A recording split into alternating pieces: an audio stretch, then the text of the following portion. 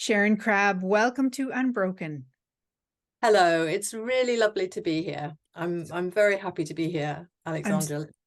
I'm so pleased to have you. Thank you so much for coming.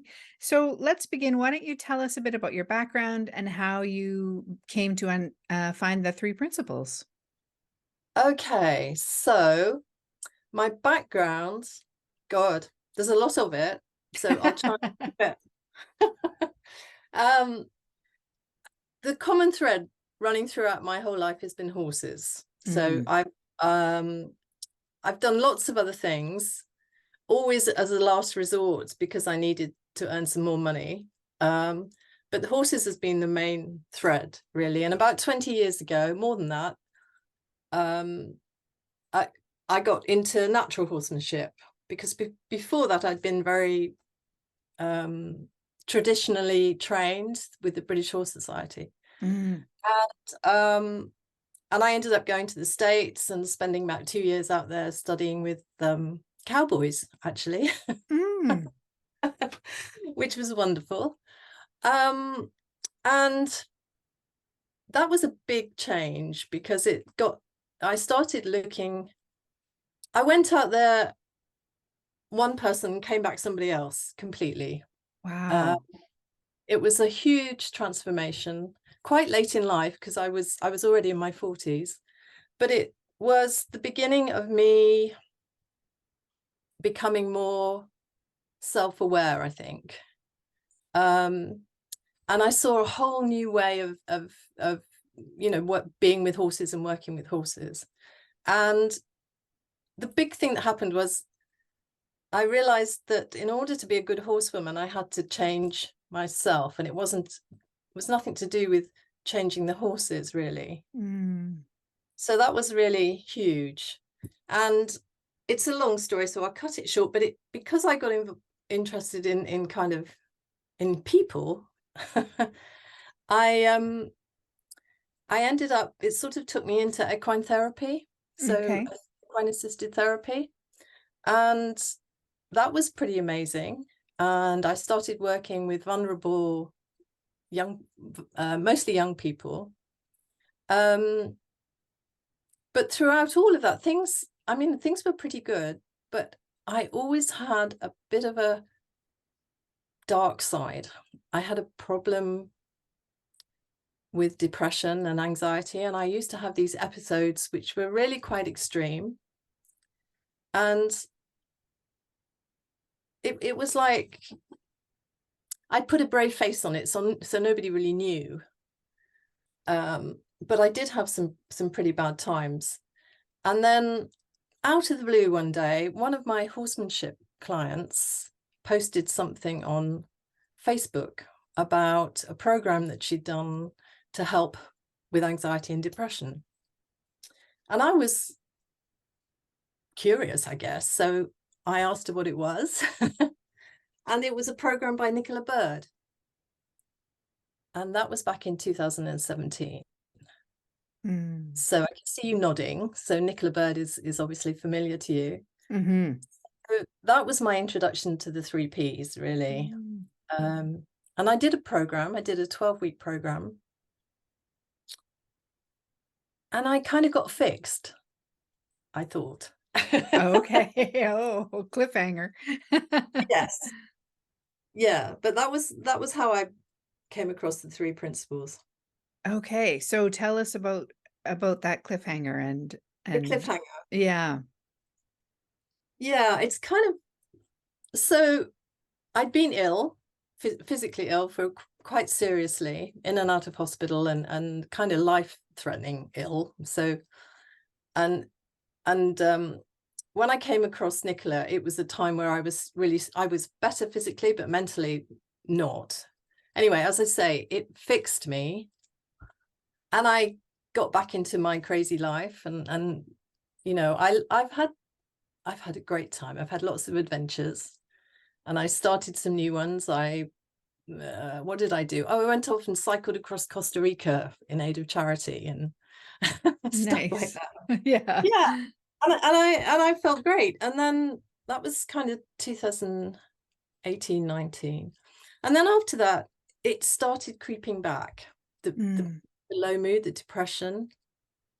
And I'd forgotten all about the three principles, really. Mm. I'd come across Michael Neal a little bit. I'd read some of his books, but I'd kind of put it down.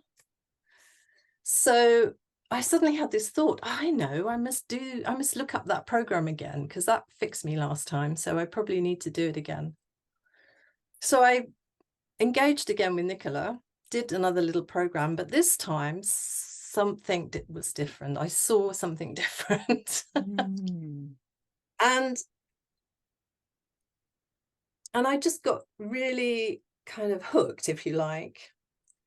And I just, things looked different and I wanted to continue. So I carried on exploring. I started reading everybody, you know, the Pranskys. My favorite book, here we go. That's my favorite. Oh, yes.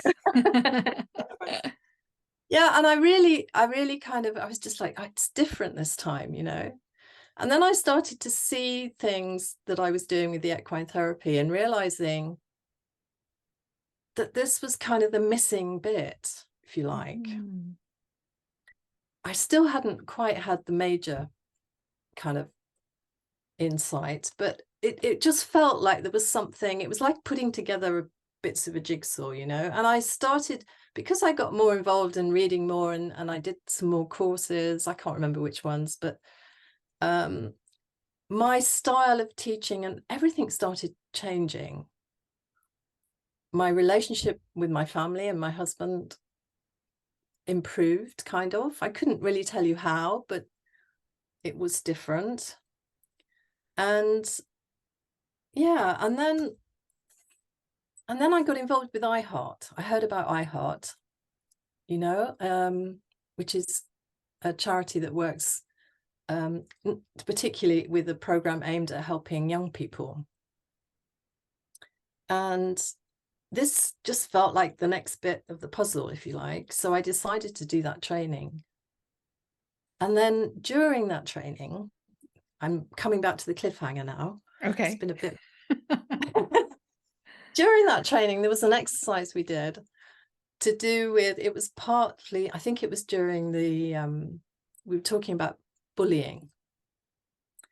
And there was this exercise that we did that I was being trained to deliver, but we were actually taking part in it. And I suddenly had this massive, like, moment when I realized that I hadn't been fixed at all because I wasn't broken. Mm. And that was the big difference. And Mm. then I started to see that the work I was doing with the youngsters, with the horses, with everything, had always been through, I'd always come at everything as a fixer. Right. And so now, and then you And weren't. yeah. And then Yeah. suddenly I realized, and it was huge. Yeah. I remember sobbing, actually, not just because it was just, it was like, you know, it was like taking glasses off and putting and seeing. Yeah. It was like new eyes, actually. Yeah. It was so huge. And yeah. I can still remember the moment, you know. It kind of I Yeah. get goosebumps a little bit when I and I was just like, oh my goodness, I didn't need to be, I wasn't broken. It was, you know, Mm-hmm. and that So, was huge. so a couple of follow-up questions then. So equine guided therapy, can you explain what that is, maybe for the listeners who might not be Yeah. aware?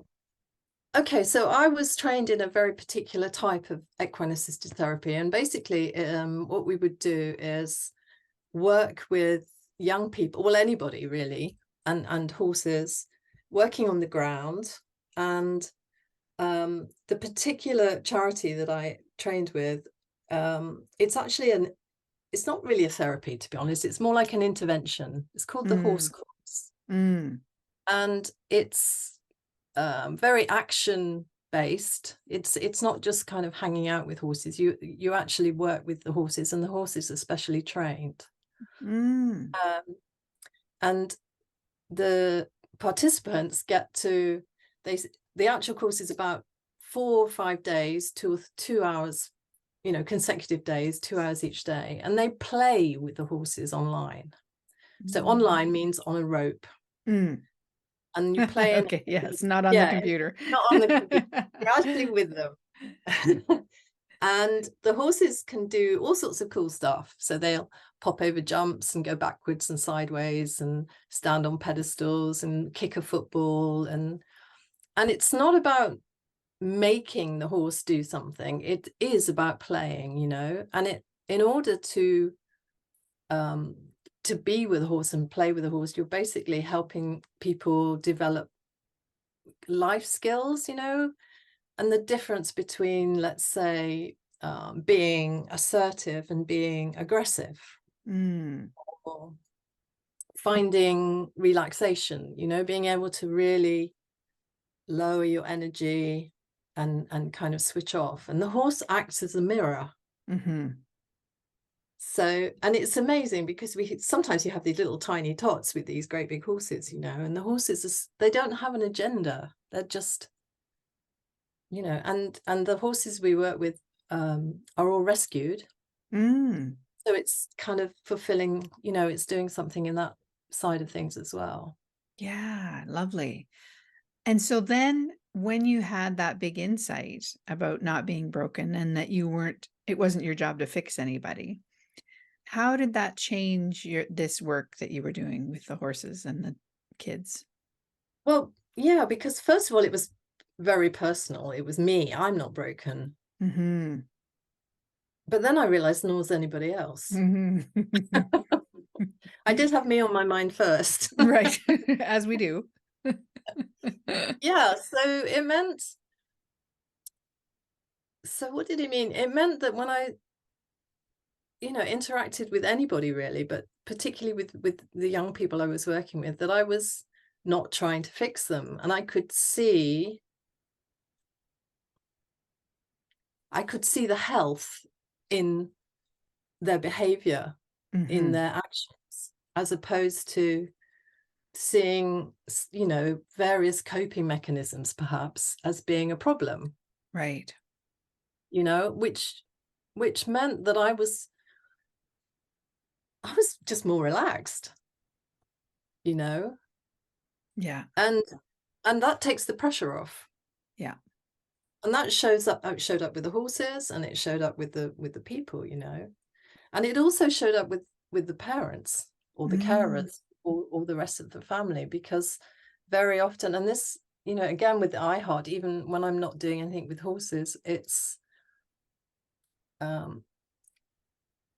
you see that, you can work with a young person, but you really need to engage the whole family, because otherwise the worry and the stress is coming from the parents really. Right. Yeah. Yeah. But just the fact that I was not worried, you know, about whatever was showing up, just took that kind of edge off it, I think. Mm-hmm. Yeah. And you said something that really piqued my interest there too, is that if a teenager, you didn't say these words, but if a teenager is acting out or, behaving badly, that's a sign of their health, Yeah, right? As you say, it's not just a coping mechanism. It's actually a sign of their resilience. Can you say more yeah, about that? yeah. Well, because it's how life looks to them in that moment, Mm-hmm. isn't it? So it makes perfect sense. Um, and it's quite hard. To be honest, I do find it hard sometimes to articulate that, and to try and explain it sometimes. Mm-hmm. But I don't see, it just makes more sense when you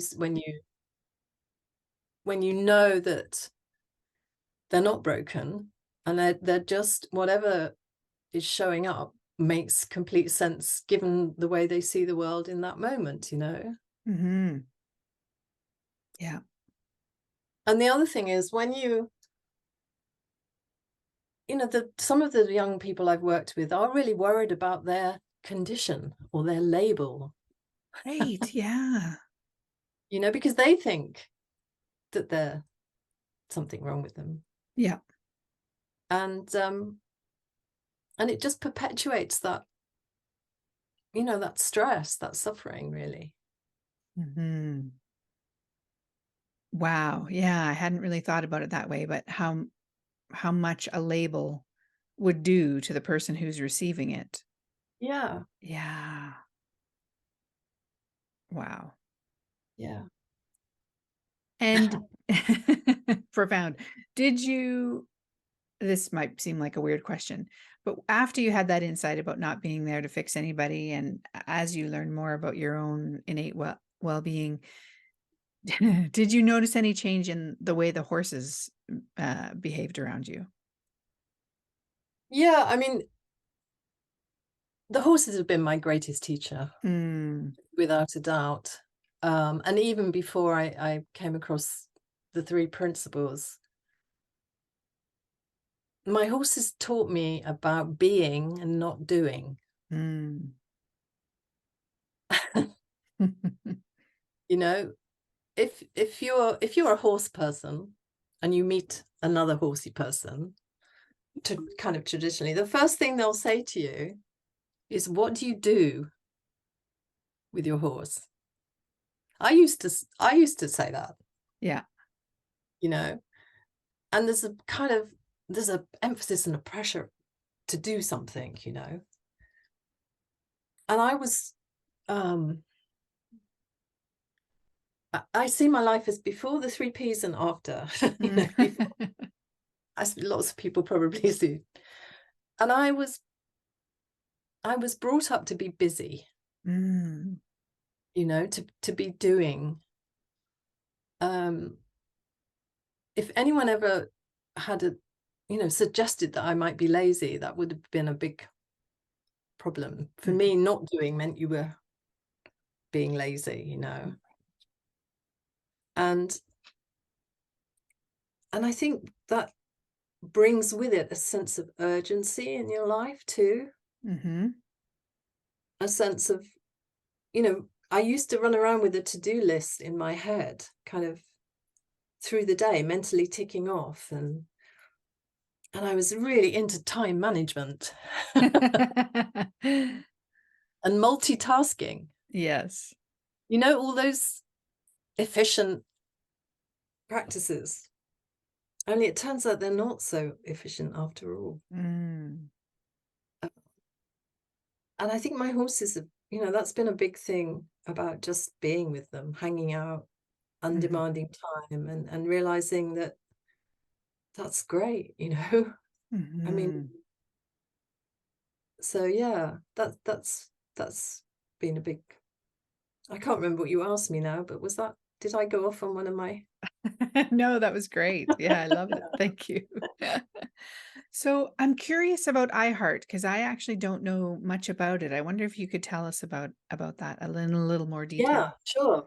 So iHeart is it's a charity based in London, Mm, and it's run by Terry and Brian Rubinstein, and they have trained, I'll probably get this wrong, but it's several hundred, I think it's five, maybe even 600 facilitators to deliver a resilience program. mm, When I first started with them, we were actually going into schools and teaching in the classroom. mm, It's a 11-week program. Each session is about an hour. And um, it's called iHeart is innate health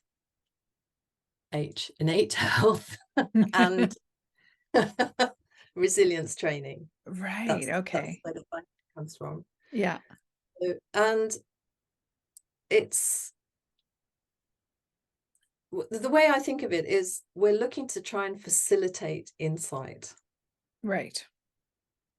So throughout the program, it's a mix of discussion, looking at video clips, activities with Play-Doh and Jenga bricks and bits of paper and all sorts of things. and using lots of metaphors, you know, to describe the human condition, Mm. and that we have innate well-being and resilience that can't be damaged, broken, taken away, but it can be hidden, you know, it can Mm. be covered up. And it's aimed at sort of 8 years upwards. Mm. Uh, they have now produced a online program that you can buy, which is, I think it's 6 sessions of about an hour, no, less than an hour, half an hour, I can't remember, which is purely online, a digital program, which is available for people to buy. Mm. And it's brilliant. It talks about the hero's journey. Mm. Um, and it uses very sort of modern concepts, you know, computer games and superheroes and this sort of thing to kind of get this message across, you know, of innate health and resilience. Mm. Yeah, and I'm not unfortunately working in the schools anymore, mainly because of cost, I think, and because they've developed the digital program. But we're now working more in small groups and working with individuals. Mm. And it's Nice. also it's aimed at the whole family. So Ah, okay. there's an accompanying program that goes that the you know the parents or guardians or whatever can follow along, and they have that as well. So because we need to all speak a common language, you know. Yeah. Um, yeah, Yeah. yeah, Oh, interesting. Okay. Thank you for sharing that. I just have never learned much about that program. sure. Yeah.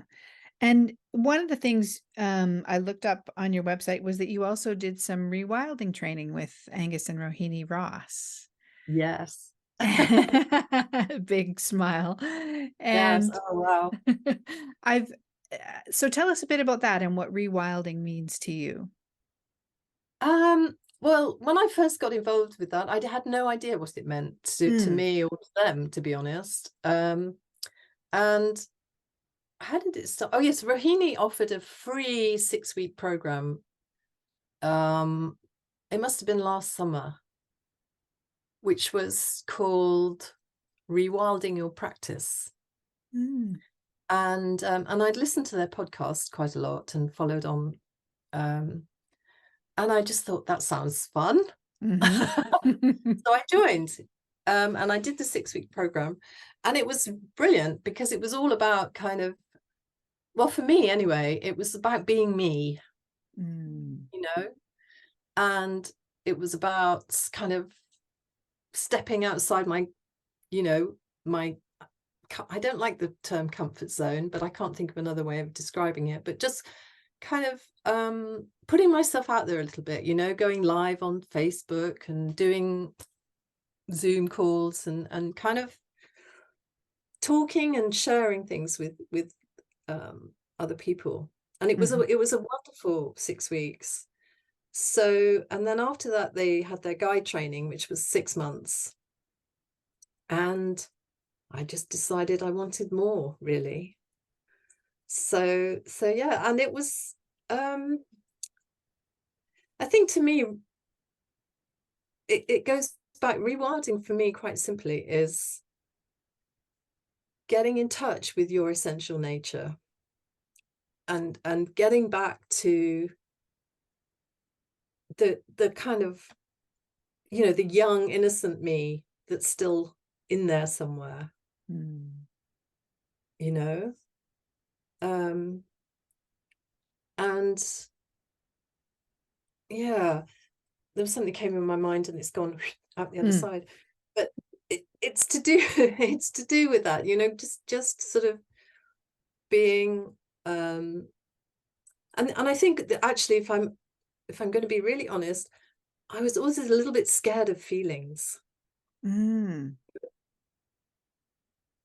not just the sad ones, but or when I was depressed, but also kind of all that lovey-dovey stuff, as I used to call it. I used to say that to Rohini, I don't do all that stuff, I find it quite hard to to to do that, to be not just to be it physically, but even to be able to talk about it, Yeah. And I realized that I even find it quite hard to say the word love, Mm. you know? So it was a real exploration into all of that. Mm-hmm. And if I could put it into one word, I think it would be seeing the strength in vulnerability. Mm-hmm. That wasn't one word, was it? But you know what I mean? Yes. Why use one when three or four will do? That's Yeah, great. Yeah. Seeing I the think, strength in vulnerability. Yeah. yeah, that was for me, that was what that was all about, I think. Mm-hmm. Such a gorgeous group of people. I mean, there's still a community. We sort of kept it going. Mm-hmm. Uh, and I'm actually can't wait for, I think it's November, isn't it? I'm going to actually meet Rohini in person because there's an event uh, in Spain Yes. and speaking at Viva. Right. Yes. Oh, nice. So yeah, so I'm heading back to Sheila's event. Yeah. And Yeah. yeah. Oh, lucky you. That's great. Yeah. That'll be really nice. Um, and I'm trying to think of what else, if there's anything we touched on that I'd like to go back to. I'm just really fascinated by the, the intersection between the rewilding work, well, your understanding of the principles and the horses, and Okay. Yeah. yeah, bringing that to the work you do with them. And it occurs to me that, rewilding, it could apply to the horses as well, right? Yes. Yeah. Yeah. Well, it's actually quite simple because um, the common thread running through all of this is relationships. Mm. And funnily enough, the work I do now, um, gradually, I seem to be working more with people to do, not even with horses, and it's all about relationship, kind of coaching, counseling, that sort of thing. That seems to be where I've kind of, what I'm doing at the moment. And if I go back to when I mean, there's a whole story about how I went from traditional horsemanship into natural horsemanship, and I'd love to tell you about it, but we haven't got time. Okay. But what happened was that the natural horsemanship I was changed everything because it became about the relationship with the horse. Ah, okay. So it was all about building a relationship based on trust, communication, understanding, not as I'd been taught previously through a very traditional British horsemanship, kind of be the boss, ex-military traditions, Dominance. Yeah, Yeah. that's what I went to one of the best schools when I was 17 to become an instructor. So, and it was run Mm. by an army colonel. That makes sense. Yeah. So, and I'd never really asked the right questions about, I just sort of had this, pushed into me about how to be dominant and the boss and all the rest of it. And then suddenly I started to see that you could have a relationship with a horse. Mm-hmm. And that's the common thread, I think, that runs through all of it. And of course, with the rewilding, especially Rohini's, the podcast and everything was very much about relationship sort of coaching and that sort of thing. Yes. Yeah. So when you said you now have kind of drifted into more work around relationships, so that's like spousal relationships Yeah. that kind of thing. Okay, Yeah. got it. Yeah. Yeah. Yeah. Yeah. And that's come about gradually, um, because of the work I've been doing. Also, the COVID pandemic, kind of, we ended up more on computers and did, working with people over Zoom or whatever. So, and I've been amazed at how you can actually really connect with people, can't you? Through, like Yes. we are now. Hmm. Um, and I really enjoy that. And some of the people I've worked with, some of my sort of one-to-one clients, um, actually end up coming to visit and spending a day with me with the horses as well, even if Nice. it's just a kind of extra. Yes. And I do some coaching, going for walks and this sort of thing. So Yeah. yeah. Lovely. Well, we're coming toward the end of our time together, so I just wondered if there's anything we haven't touched on that you'd like to share. um no, I don't think so. I did make some notes, but I think we've covered quite a lot, actually, it feels like. Yes, yes, exactly. Yeah. All right. Well, then tell us where we can find out more about you and your work. Okay, well, I have a website. It's just my name, sharonjcrabbe.com. Hmm. Um, I'm not very good at keeping it all up to date, so I need to, that's an area I could do with spend some time in. I'm also on Facebook, and emails and contact numbers are all over there. So yeah, yeah. And if anyone, I'm always happy to have a chat with anyone about anything, really. Right. Yes. So, Great. yeah, I mean, I do work in all sorts of different areas, it seems. Um, but that's great. I enjoy the variety. So yeah. Hmm. Yeah. Oh, that must be nice. Yeah. Yeah. Well, that's great, Sharon. Thank you so much for chatting with me today. It's been such a pleasure connecting with you. It's been lovely. Thank you so much. I've really enjoyed it too. Good. My pleasure. Take care. Bye bye. Bye bye.